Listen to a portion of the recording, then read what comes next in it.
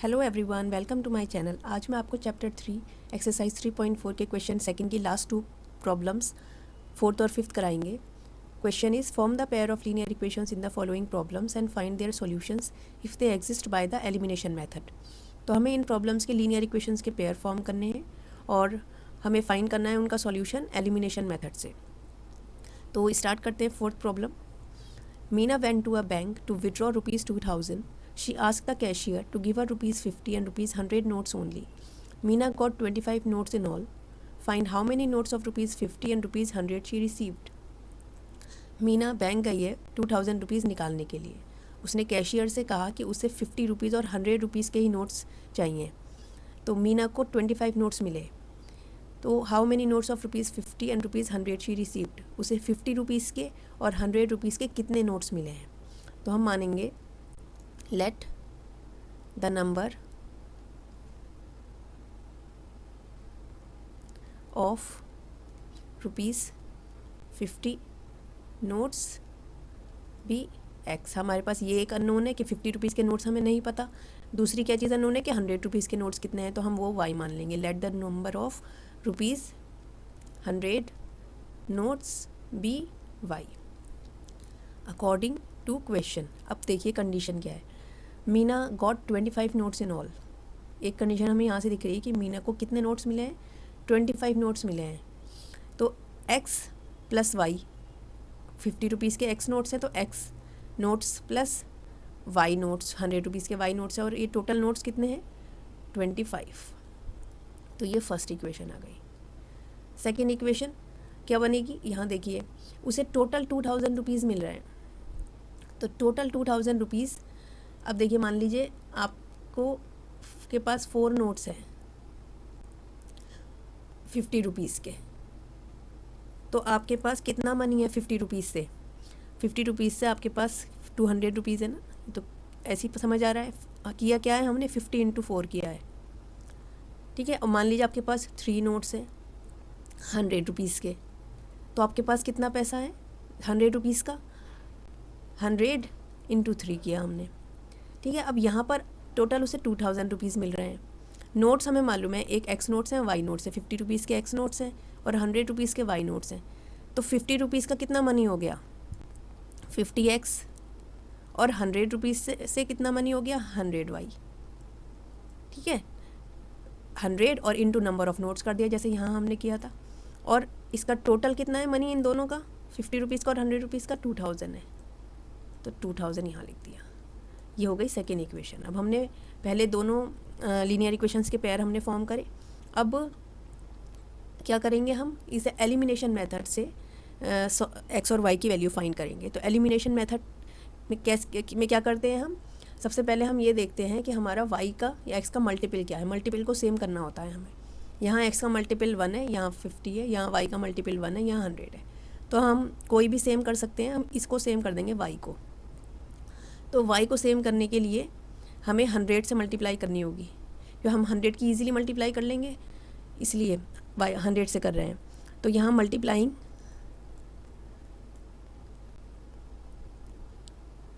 Equation first by 100। तो 100 से multiply होगी तो 100 फर्स्ट इक्वेशन की, तो 100x plus 100y equals to 100 की 25 से हुई तो 2500। तो ये हमारी थर्ड इक्वेशन आई। अब एलिमिनेट करेंगे y को, तो सेकंड और थर्ड को माइनस कर देंगे। थर्ड माइनस सेकंड, सब्ट्रैक्टिंग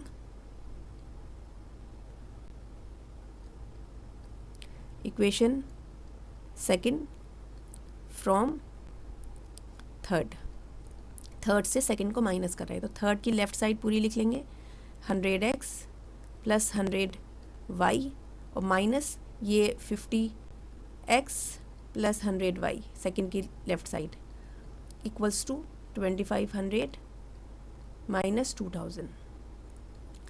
तो ये हो गया 100x प्लस 100y, माइनस के अंदर मल्टीप्लाई होगी तो ये माइनस 100y इक्वल्स टू ये हो गया 2500 में से माइनस करें 2000 तो 500।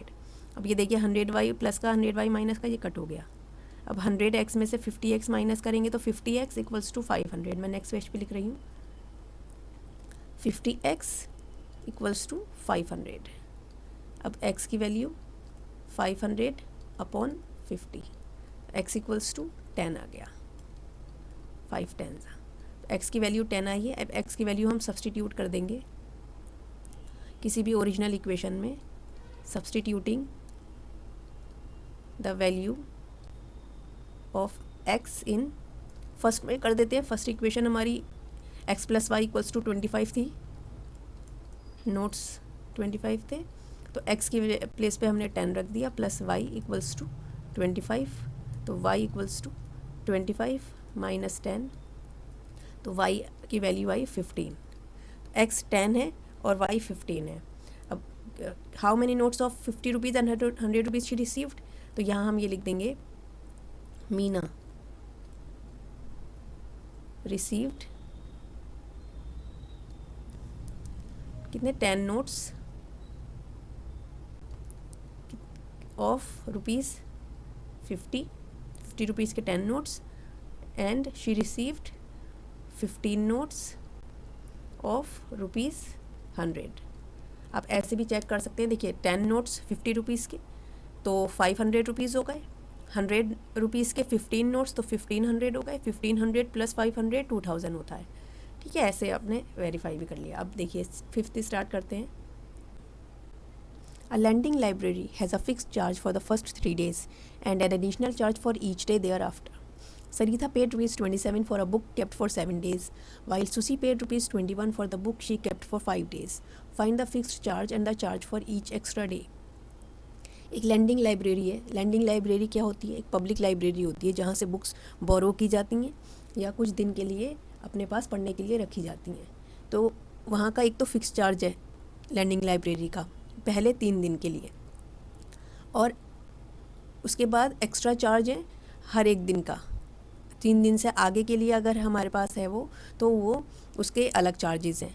तो सरिता ने 27 रुपीज़ पे करे, उसने 7 डेज़ के लिए बुक अपने पास रखी, जबकि सुसी ने 21 रुपीज़ पे करे, उसने 5 डेज़ के लिए अपने पास बुक रखी।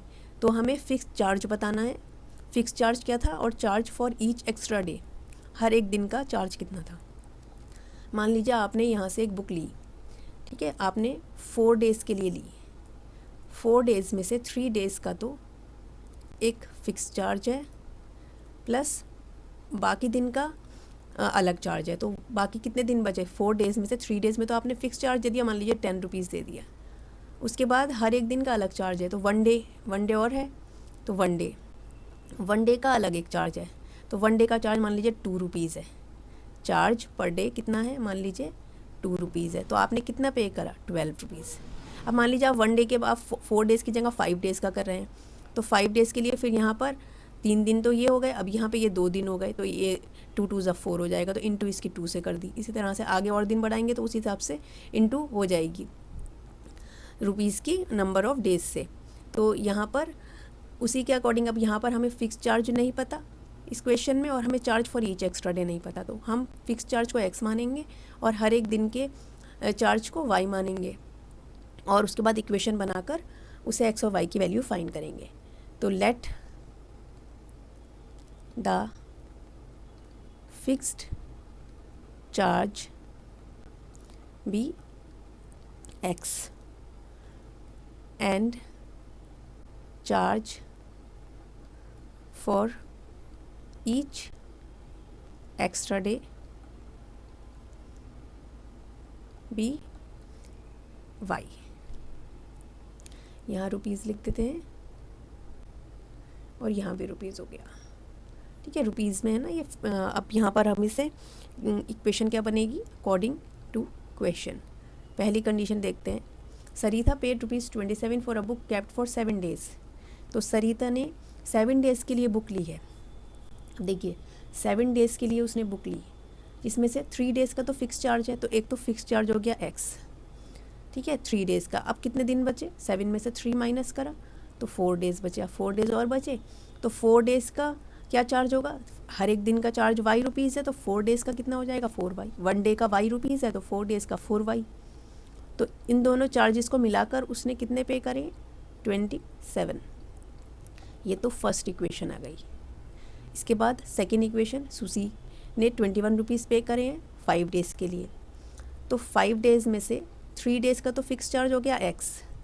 इसके बाद कितने दिन बचे 2। तो 2 डेज़ और एक दिन का चार्ज है वाई रुपीज़, तो 2 डेज़ का 2y हो गया प्लस का, प्लस किया इन दोनों को, दोनों चार्जेस को, फिक्स चार्ज को और 2 डेज़ के चार्ज को, तो वो 21 रुपीज़ उसने पे करे हैं। सेकेंड इक्वेशन हो गई है। अब इन दोनों इक्वेशन को हमने पेयर फॉर्म कर लिए। अब उसके बाद हम इससे फाइंड करेंगे x और y की वैल्यू। तो फाइंड कैसे करेंगे, by elimination method. Elimination method में हम क्या देखते हैं कि हम मल्टीपल्स को सेम करते हैं। अब यहाँ देखिए x का मल्टीपल और यहाँ पे सेकेंड इक्वेशन में x का मल्टीपल सेम है, तो हम इन दोनों इक्वेशन को क्या कर देंगे, हम सब्ट्रैक्ट कर देंगे। सब्ट्रैक्ट सेम साइन अगर होते हैं तो सब्ट्रैक्ट करते हैं, जिससे हमारा x एलिमिनेट हो जाएगा। तो subtracting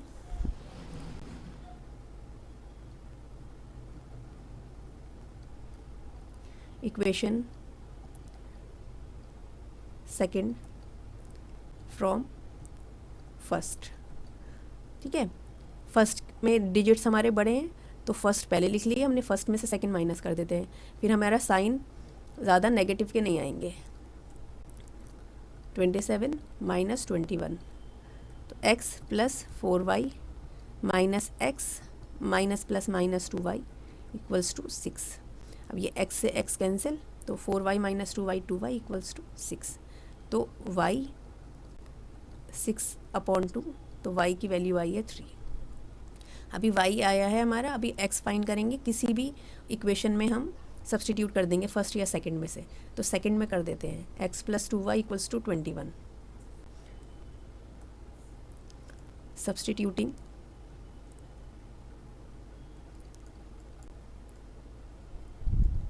the value of y in equation second.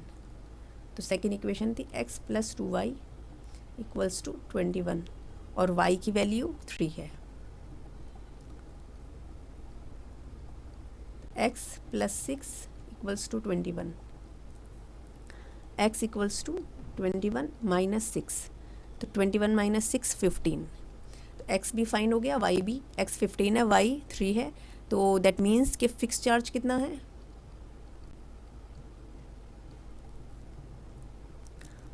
Fix charge है ₹15। 3 डेज़ का जो चार्ज है वो है 15 रुपीज़। और एडिशनल चार्ज जो है, charge for each extra day, charge for each extra day equals to ₹3। हम चेक भी कर सकते हैं, देखिए 15 रुपीज़ तो फिक्स चार्ज है, प्लस 2 डेज़ और लिया है, तो जैसे 2 इंटू 3 किया तो 15 प्लस 6 21 हो गया। ऐसे हम फर्स्ट इक्वेशन में रखें, 15 प्लस 4 3 ज़ा 12, तो 15 प्लस 12 27। तो दोनों इक्वेशन में हमने रखकर इसे वेरीफाई भी कर दिया, तो दैट मीन्स हमारे आंसर भी करेक्ट है। तो आई होप स्टूडेंट्स कि आपको 4th और 5th दोनों वर्ड प्रॉब्लम समझ आ गई होंगी। मिलते हैं नेक्स्ट वीडियो में। Have a good day. Thanks for watching. Don't forget to like, share, comment and subscribe my channel.